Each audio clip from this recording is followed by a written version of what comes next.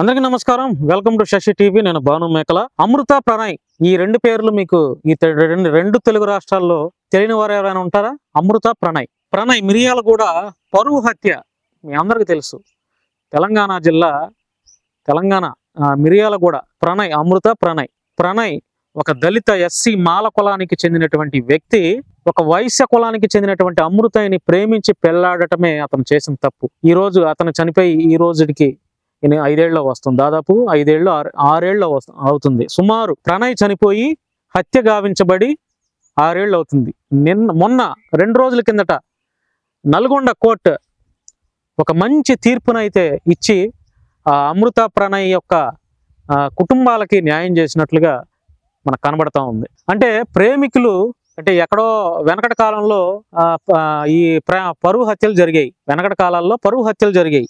అంటే ఎట్లా అంటే నా కూతురుని ప్రేమిస్తావా అని బాగా డబ్బున్న తండ్రి లేకపోతే అగ్రకులాలకు చెందిన వాళ్ళు ప్రేమించినటువంటి అబ్బాయిలు ఎవరైతే ఉన్నారో వాళ్ళని చంపేసేవాళ్ళు, దారుణంగా కాపు కాసి చంపేసేవాళ్ళు.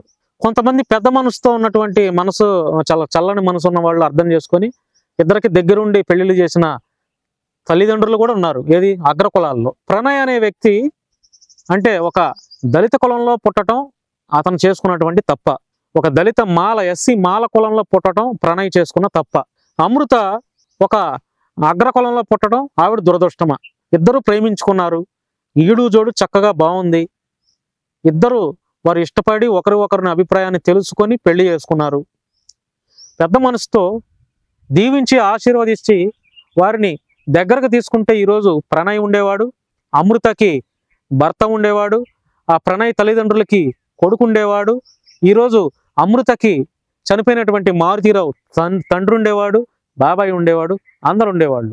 ఈరోజు మారుతీరావు అతని తమ్ముడు శ్రవణ్ చేసినటువంటి తప్పు వల్ల 6 కుటుంబాలు 7 కుటుంబాలు చెల్లా చెదిరైపోయాయి. ఎవరికి ఉపయోగం? ఈ ప్రణయ్ని చంపటం వల్ల ఎవరికి ఉపయోగం? ఎవరికి మేలు జరిగింది? అంటే ఈ ప్రణయ్ని చంపటానికి స్కెచ్ చేసి సుఫారీ ఇచ్చినటువంటి మారుతీరావు బాగుపడ్డా? లేదుగా. ఆయన సూసైడ్ చేసుకొని ఆత్మహత్య చేసుకొని చనిపోయాడుగా. పోనీ ఈ హత్యలో సహకరించినటువంటి మారుతీరావు తమ్ముడు శ్రవణ్ ఏమన్నా బాగుపడ్డా? అతనికి ఏమైనా మేలు జరిగిందా? యావజ్జీవిత కారాగార శిక్ష అనుభవిస్తున్నాడు కదా ఇప్పుడు. పోనీ ఇందులో సుఫారీ తీసుకున్న వాళ్ళు ఏమన్నా బాగుపడ్డారా? సుఫారీ తీసుకొని ప్రణయ్ని హత్య చేసి దారుణంగా రోడ్డు మీద చంపినటువంటి అందులో ఎవరెవరైతే ముద్దాయిలు ఉన్నారో వాళ్ళకేమైనా మేలు జరిగిందా? వాళ్ళ కుటుంబాలు, వాళ్ళ భార్య బిడ్డలు కూడా ఏడవటమేగా. అంటే 6 ఏళ్ల తర్వాత నల్గొండ కోర్టు చాలా మంచి తీర్పు ఇచ్చింది. ఈ పరువు హత్యలు ఇప్పటితో అయినా ఆగాలి. ఇప్పుడు అమృతకి ఎదిగిన బాబు, ఆ బాబుకి నాకు తెలిసి ఒక 5 ఏళ్ళు ఉన్నాయనుకుంటా. ఏం సుఖం? ఎంతో ఇష్టపడి ప్రేమించి పెళ్లి చేసుకున్న ప్రణయ్ లేడు. అమృత బ్రతికేమవ్వాలి? ఎదిగిన కొడుకున్నాడు, ఆమె వయసులో ఉంది. ఒకవేళ ఆమె వయసు రీత్యా ఇంకొక పెళ్లి చేసుకోవాలనే ఆలోచన వచ్చినా సమాజం యాక్సెప్ట్ చేస్తుందా? సమాజం అమృత అంటే తెలియని వాళ్ళు ఎవరూ లేరు. అమృత పెళ్లి చేసుకోబోతుంది, 2వ పెళ్లి అని అంటే సమాజం ఎన్ని మాటలు అంటుంది? కాండ్రిచ్చి ఉమ్మేస్తారు. ప్రేమించి పెళ్లి చేసుకొని భర్తను కోల్పోయి ఈరోజు ఈ పరిస్థితుల్లో ఉన్నా కూడా దీనికి 2వ పెళ్లి కావాలా, ఉండలేదా, బతకలేదా అని చెప్పి నా దారుణమైన సూటిపోటి మాటలు సమాజం నుంచి అమృతకి వినపడతాయి, అమృతకు వస్తాయి. అమృత మీద అలాంటి మాటలు దాడి చేస్తారు. మరి అమృత వయసు ఏమన్నా ఒక 50 ఏళ్ళు ఉందా పెళ్లి చేసుకోకుండా ఉండటానికి? ఆ అమ్మాయికి ఒక 26-27 సంవత్సరాలు ఉంటాయి. పెళ్లి మంచి కోణంలో ఎవరైనా తన ఆ కొడుకుని ఆమెని అర్థం చేసుకొని ఎవరైనా మంచి మనసు ఉన్నటువంటి వ్యక్తి పెళ్లి చేసుకోవడానికి ముందుకొచ్చి ఆ రీతిగా ఒక పాజిటివ్ థింకింగ్లో పెళ్లి చేసుకోవడానికి ముందుకొచ్చిన, ఒకవేళ ఆ అమ్మాయి నా బిడ్డకి తండ్రి కావాలి కాబట్టి, నాకు ఒక లైఫ్ కావాలి కాబట్టి నేను పెళ్లి చేసుకోవడం తప్పులేదని ఆ అమ్మాయి కూడా ఆలోచన చేసిన, సమాజం నుంచి ఇంత దారుణమైన మాటల అమ్మాయి ఇప్పటికే చాలా రకరకాలుగా అమృతనే అంతా చేసిందని, అమృత వల్ల కుటుంబాలు నాశనం అయ్యాయని చెప్పి ఈ ప్రజాస్వామ్యంలో ఉన్నటువంటి కొంతమంది ఆమె మీద దారుణంగా ట్రోల్స్ చేస్తున్నారు. ఆమె ఎంత నరకం అనుభవిస్తుందో అది ఎవరికైనా తెలుస్తుందా? భర్తను కోల్పోయి, ఒక విధంగా తండ్రిని కోల్పోయి, బాబాయి జైలు జీవితం గడిపి, ఆ ప్రణయ్కి వాళ్ళ తల్లిదండ్రులకి కొడుకుని కోల్పోయి ఎంత బాధలో ఉంటుంది. కొని పెళ్లి చేసుకున్నా కూడా మన కడుపులో బిడ్డ పడపోతే సరే, సోలో లైఫ్ తన బతుకు తన అమృత లీడ్ చేస్తూ ఉంటుంది.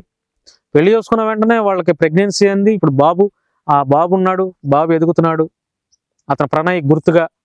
మరి బాబు పరిస్థితి ఏంటి? తండ్రి ఉన్నాడంటే ఆలనా పాలన చూసుకోవడానికి అమృతకి తండ్రి చనిపోయాడు. కొన్ని బాబాయ్ ఉన్నాడంటే బాబాయి జైలుకి వెళ్తున్నాడు. బాబాయ్ తరపున భార్య బిడ్డలు కూడా నిన్న కోర్టు దగ్గర ఎంత హంగామా చేశారో, వాళ్ళ కూతురు శ్రవణ్ యొక్క కూతురు శ్రవణ్ భార్య ఎంత హంగామా చేశారో అమృత మీద అందరికీ తెలుసు. సో ఈ పరువు హత్యలు, ఈ సమాజం మారే కొద్దిగా పరువు హత్యలు ఫుల్ స్టాప్ పడాల.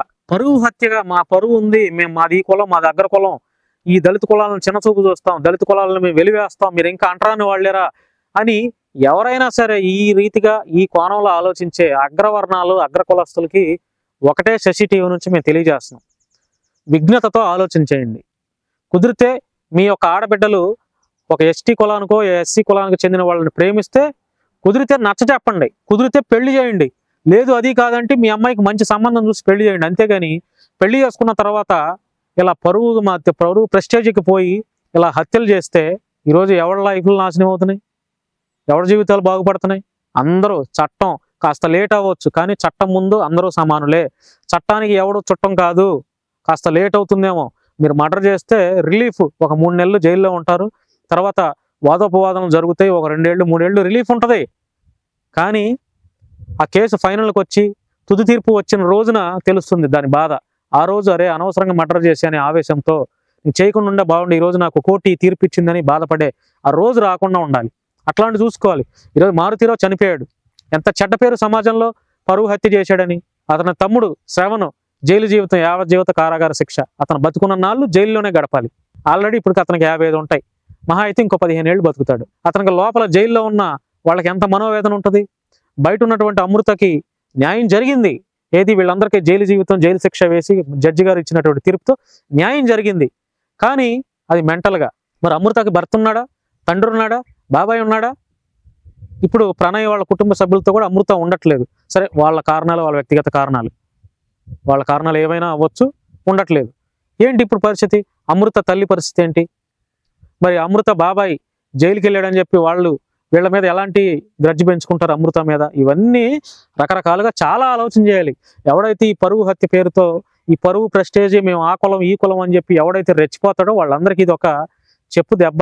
ఇట్లాంటి తీర్పులు భయం పుట్టించేలా తీర్పులు ఇవ్వాలి జడ్జెస్ కూడా. అలాగే ఇస్తున్నారు.